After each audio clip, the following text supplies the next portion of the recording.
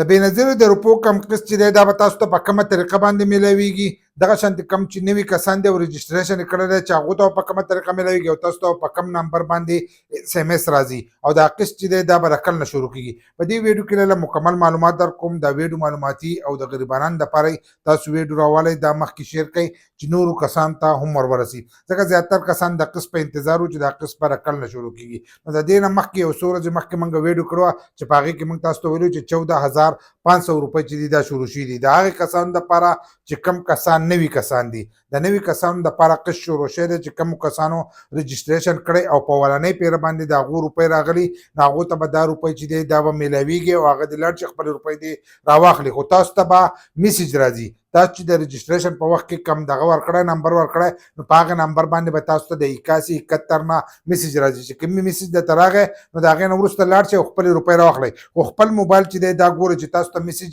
راغلی دی که نه دی راغلی دغه شانتې ځینې زاړه کسان دي چې کم زاړه کسان دي نو زړو کسانو ته به هم میسج راځي خو په نوي نمبر به تاسو ته نه راځي دا قسط چې دی دا به تاسو ته په زوړ نمبر باندې به تاسو ته میسج راځي نو تاسو به هم خپل موبایل چې دی دا به چک کوئ چې ستاسو موبایل ته میسج راغی نو د هغې نه وروسته به تاسو قسط لځئ داسې نه تاسو ته میسج نه راغلی تاسو لاړ شئ نو ستاسو په اکاونټ کې به دا روپۍ نه جمع بل لا چې ستاسو وخت به هم ضایع شي او ستاسو په کراینو کومې روپۍ لګېدلي نو دغه روپۍ چې دي دا به هم ضایع شي نو د هغې لپاره به تاسو ځئ چې کله تاسو ته میسج راشي نو د میسج نه وروسته به ځئ دې ځل چې دا روپۍ دي چې په کوم ځای کې راشي نو هلته کې وایي کېدای شي چې په کیم سیټ کې میلاویږي او کوم ځای کې داسې رش نه وي نو هلته کې چې دی په دوکانونو کې میلاویږي یا د حد نه سیوا راشي نو بیا به په دوکانونو کې میلاویږي لکه په ځینې علاقو کې به په دوکانونو کې میلاویږي او په ځینې ځایونو کې به په کیم سیټ کې چې دی دا میلاویږي اوس چې کله قسط شروع شي نو د هغې نه وروسته بیا د دې خبرې پته لګي چې په کم ځای کې ورکوي خو د هغو له طرفه دغه بیان راغلی چې ځینې ځای کې به په کیم سیټ کې او په ځینې کې به تاسو ته په دوکانونو کې چې دی دا به میلاویږي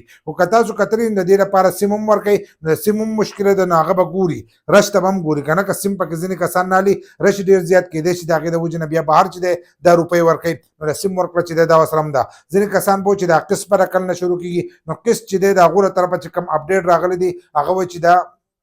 شپږشتم تاریخ نه چې دی دا به شروع کېږي لکه د 26 تاریخ نه چې دی دا به شروع کېږي د جنورۍ کومه دا جنوري میاشت چې دی یو څو ورځې پس د پیر د ورځې نه چې دی دا قسط په تاسو ته میلاویږي خو د هغې نه مخکې تاسو دا کار وکړئ چې تاسو ورته ځان ریډي کړئ چې تاسو ورته ریډي نه یئ نو تاسو ته بیا دا روپۍ نشي میلاوېدلی د هغې لپاره تاسو خپل شناختي کارډونه چې دي دا به ځان سره وړئ خو شناختي کارډ به هغه وړئ چې ایکسپایر نه وي داسې نه چې شناختي کارډ ایکسپایر شوی نو بیا هم تاسو ته دا روپۍ نشي میلاوېدلی لکه ستاسو سره چې شناختي کارډ نه یا تاسو شناختي کارډ ویې نه وړو نو هم به تاسو ته نه میلاوېږي شناختي کارډ به رالی او هغه چې ویلټي لکه دغه ایکسپایر شوی نه وي دا به ځان سره ویسئ نو د هغې نه وروسته به دغه روپۍ چې دي دا به تاسو ته میلاویږي خو تاسو به میسج لازم ګورئ چې د 8171 نه تاسو ته میسج راغی په میسج کې درته څه لیکلي نو لاړ به شئ او خپلې روپۍ به راواخلئ او د دې سره به تاسو ته د ماشومانو وظیفه چې